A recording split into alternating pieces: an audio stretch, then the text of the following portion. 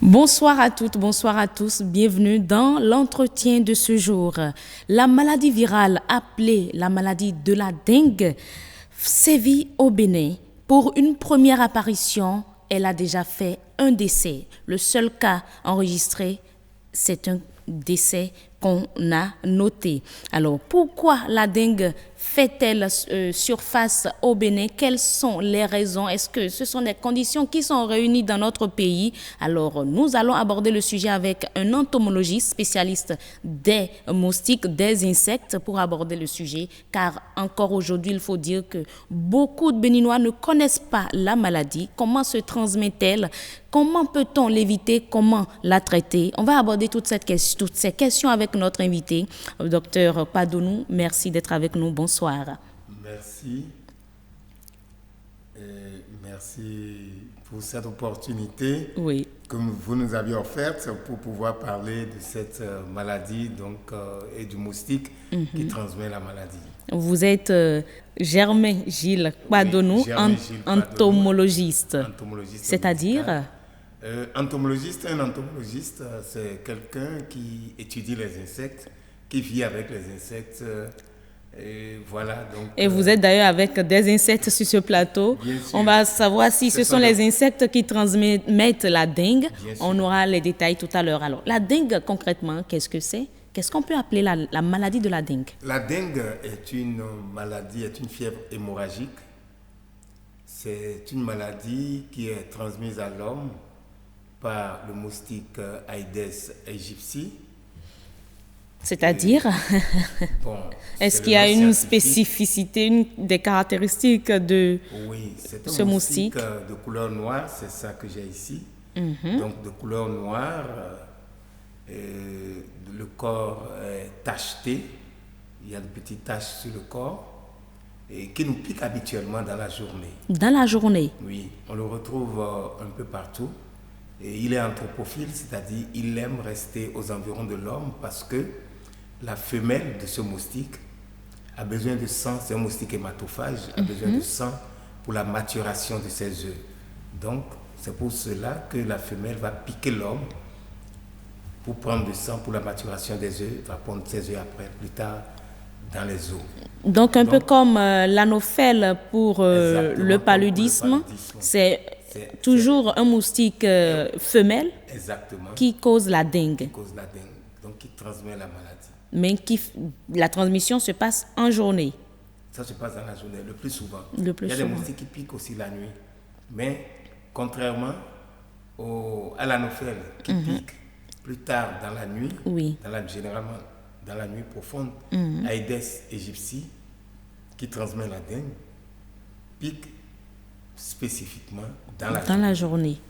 Alors, comment est-ce que cela se transmet? C'est tout simplement par piqûre? Tout simplement. Voilà. Et qu'est-ce qui favorise son apparition dans l'environnement humain? Ce sont nos comportements. Dans nos maisons, quand nous abandonnons, nous laissons de l'eau dans les jarres.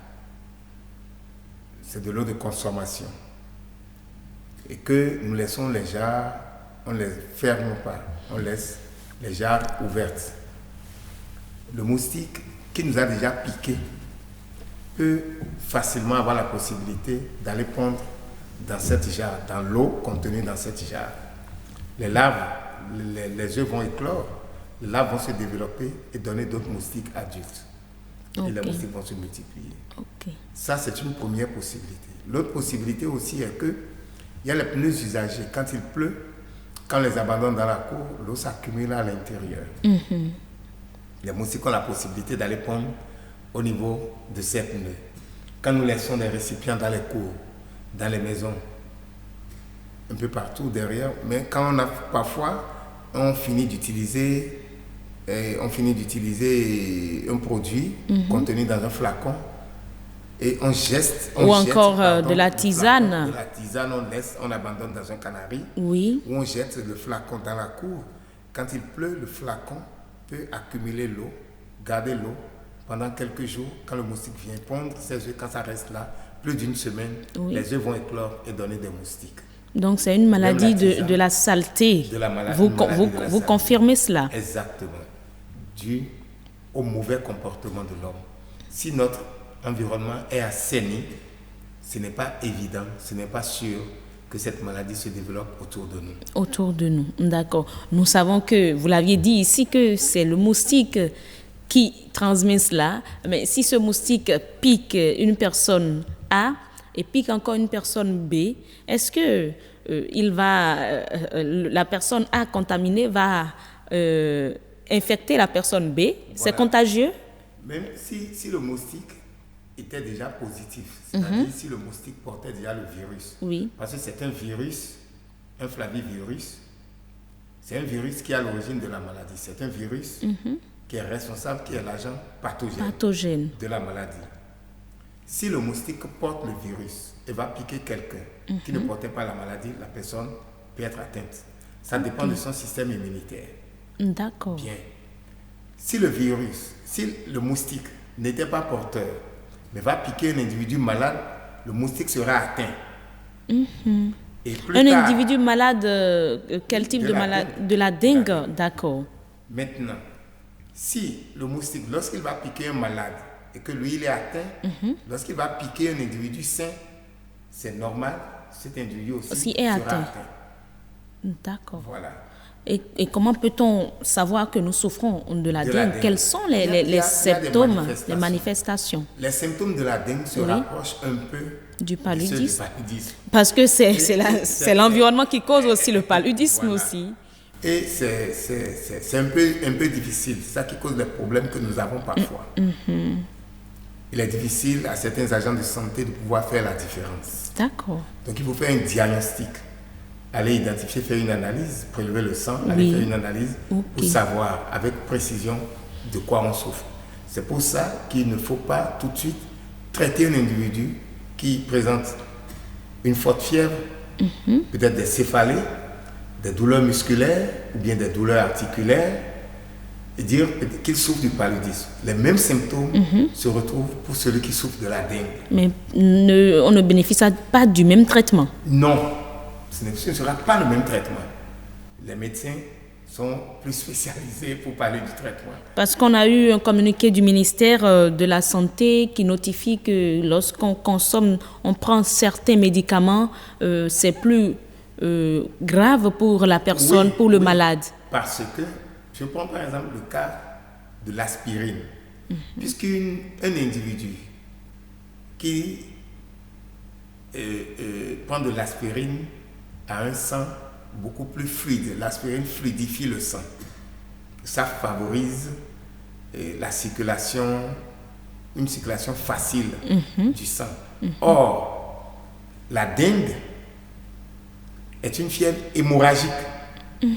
Donc, plus vous prenez un médicament qui fluidifie donc le sang, Oui. alors que c'est une fièvre hémorragique, cela vous conduit inexorablement vers la mort.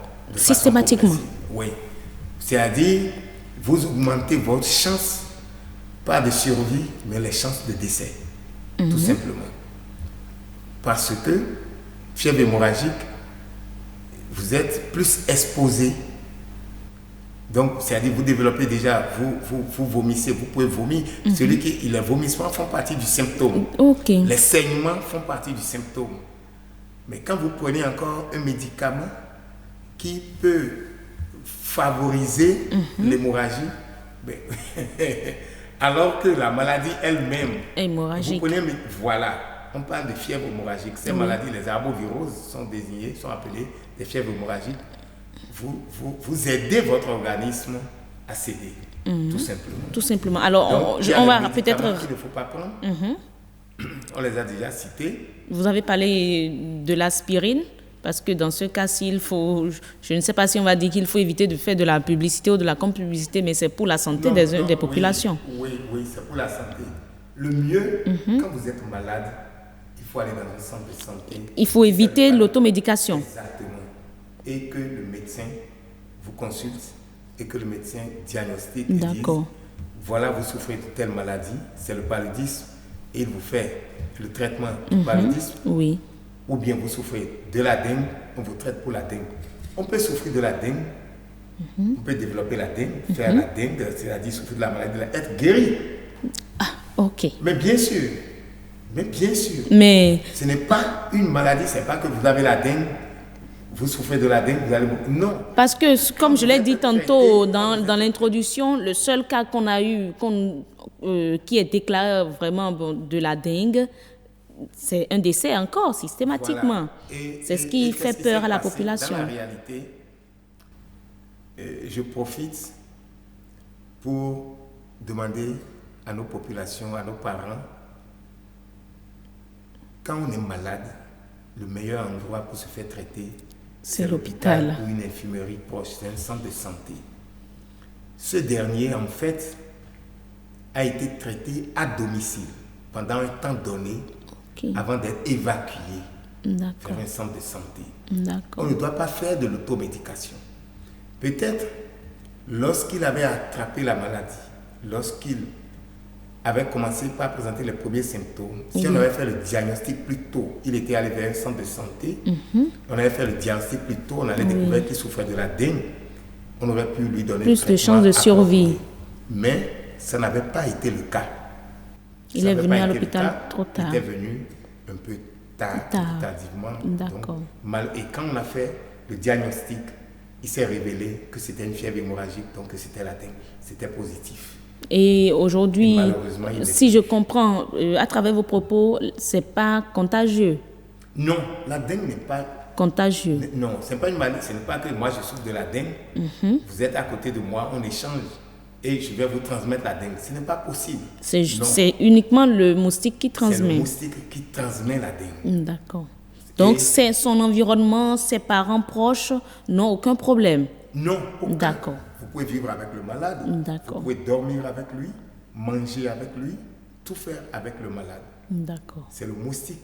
La meilleure solution pour éviter la dengue de nos jours, c'est d'assainir notre environnement, de nous prémunir, de nous protéger contre les piqûres de moustiques. C'est de prévenir. C'est de prévenir. La dengue, tout simplement. C'est de prévenir. Vous savez, le moustique de la dengue pique souvent dans la journée. Contrairement au moustique du paludisme qui pique plus tard dans la nuit. Oui.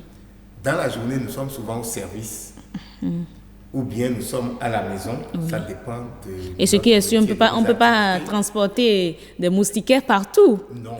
Encore en pleine journée. Au service. Voilà. Pour nous qui sommes des fonctionnaires de l'État, qui quittons la maison pour aller travailler ailleurs, nous pouvons porter des chemises manches longues pour nous protéger le corps. Si notre environnement, notre service n'est pas assaini, parce que nous devons faire très attention. Il y a des services où nous avons parfois dans nos salles de toilettes, parce qu'il y a des salles de toilettes dans nos services, on laisse parfois de l'eau accumulée dans certains récipients. Les moustiques qui viennent nous piquer dans nos bureaux retournent là-bas prendre leurs œufs, les œufs se multiplient, ou s'il y a des bananiers autour, Aïdes pond ses yeux aussi au niveau des bananeraies, dans les creux d'arbres, au niveau des pneus. N'oubliez pas qu'il y a des véhicules de service. Quand les pneus sont usagés, on les change, on les dépose. On les pose quelque part. Quand il pleut, si c'est dans la cour, l'eau s'accumule. Ça devient des réceptacles d'eau. Exactement. Ces moustiques viennent nous piquer. Nous avons la possibilité de porter souvent des pantalons, portons des pantalons, des chemises manches longues pour nous protéger. Si nous ne pouvons pas le faire, passons des répulsifs sur le corps. Les répulsifs, on les vend dans les pharmacies. Ça contient des substances qui chassent les moustiques. Et qui vont nous protéger des piqûres de moustiques. De moustiques. Voilà. Donc, c'est ce qu'on peut faire pour prévenir la chose. C'est ce qu'on peut faire. Maintenant, à la maison. À la maison, dans nos maisons, ce n'est pas bon de laisser de l'eau s'accumuler dans les jarres pendant plus d'une semaine, pendant plus de 2 semaines, et laisser les jarres ouvertes. Ce n'est pas bon dans les canaries, ce n'est pas bien. Parce que les moustiques vont pondre dans ces canaries, les œufs vont éclore et donner d'autres moustiques. Vous l'aviez dit tantôt. En dehors de ça, il y a aussi les pneus dont j'ai parlé. Il y a tout ce qui peut contenir de l'eau. L'important, c'est d'assainir son cadre de vie, qu'on soit au boulot ou chez soi. Exactement. La tisane. Nous sommes en Afrique, nous sommes au Bénin. Quand nous finissons d'utiliser la tisane, c'est bien d'enlever les feuilles, de les disperser de les sécher, de les laisser au soleil. Parce que quand nous laissons le canari avec la tisane ou la casserole avec les tisanes, on abandonne, on oublie, puisque nous avons fini d'utiliser. Pendant un temps donné, effectivement, les moustiques aussi, Aïdès aime ce gîte-là. Il aime ce milieu, va pondre ses œufs, pourvu qu'il trouve de l'eau en parlant de moustiques, pourvu qu'il trouve donc de l'eau, de la tisane, un milieu propice pour lui, il va pondre là et c'est un gîte très favorable pour son développement. Et on ne peut jamais savoir que les moustiques qui viennent nous piquer venaient de là. Et chaque fois, le moustique viendra nous piquer, revenir là, pondre ses œufs. Effectivement. Et d'autres moustiques vont se développer, aller piquer dans une autre maison. Et lorsque on est atteint, on souffre de la dengue, il faut combien de temps pour être guéri? Est-ce que le traitement... Bien, ça dépend du système immunitaire de chacun de nous. Et ça dépend de comment, à quand vous êtes présenté au centre de santé pour pouvoir dire, pour qu'on puisse faire le diagnostic. Si la maladie s'est déjà aggravée avant donc, que vous alliez dans le centre de santé, je crois quand même que c'est une question d'heure. Hein. Mais dans le cas contraire, si votre système immunitaire, on peut guérir de la dengue. On peut souffrir de la dengue. C'est ce qu'il faut surtout que les téléspectateurs retiennent, qu'on peut guérir de la dengue. Il y a même des vaccins. Il y a des vaccins contre la dengue. Mais ce n'est pas encore efficace, tout simplement parce que nous avons différents sérotypes du virus. Il y a plusieurs types de virus. Oui, il y a la dengue 1, 2, 3 et 4.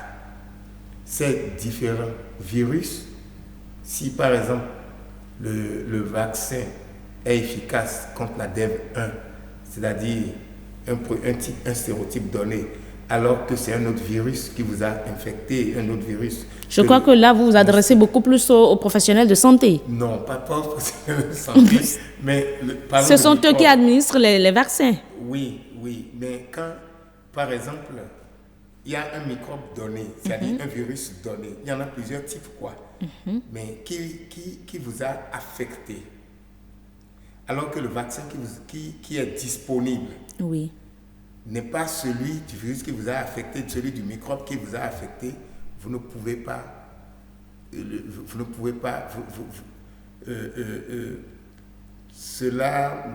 vaccin ne va pas vous protéger.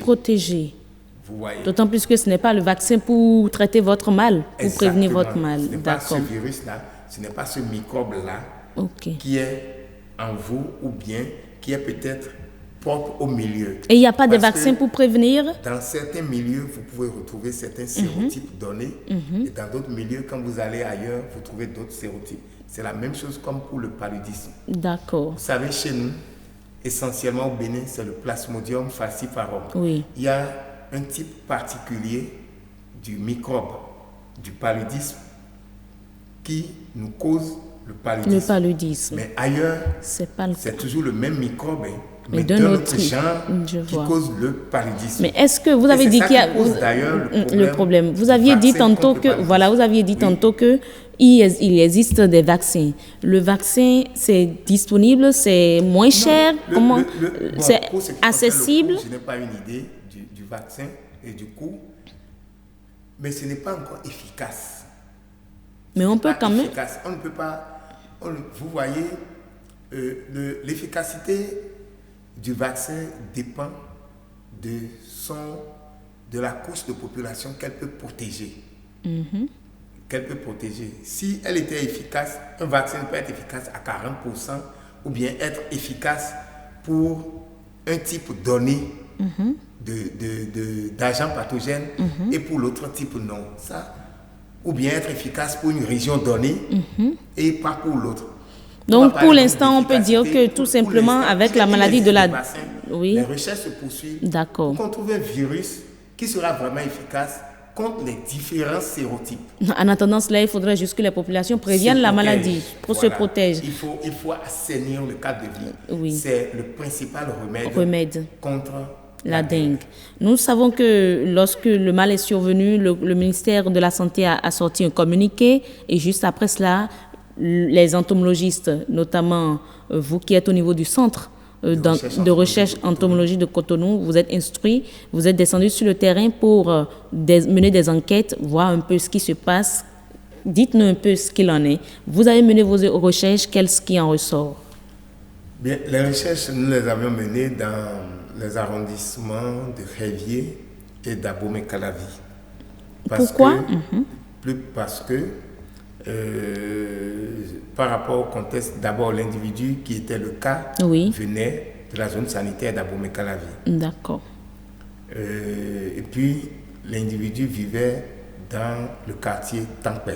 Ok. Il vivait dans le quartier Tankpé et le quartier Tankpé fait partie de l'arrondissement d'Abomey-Calavi.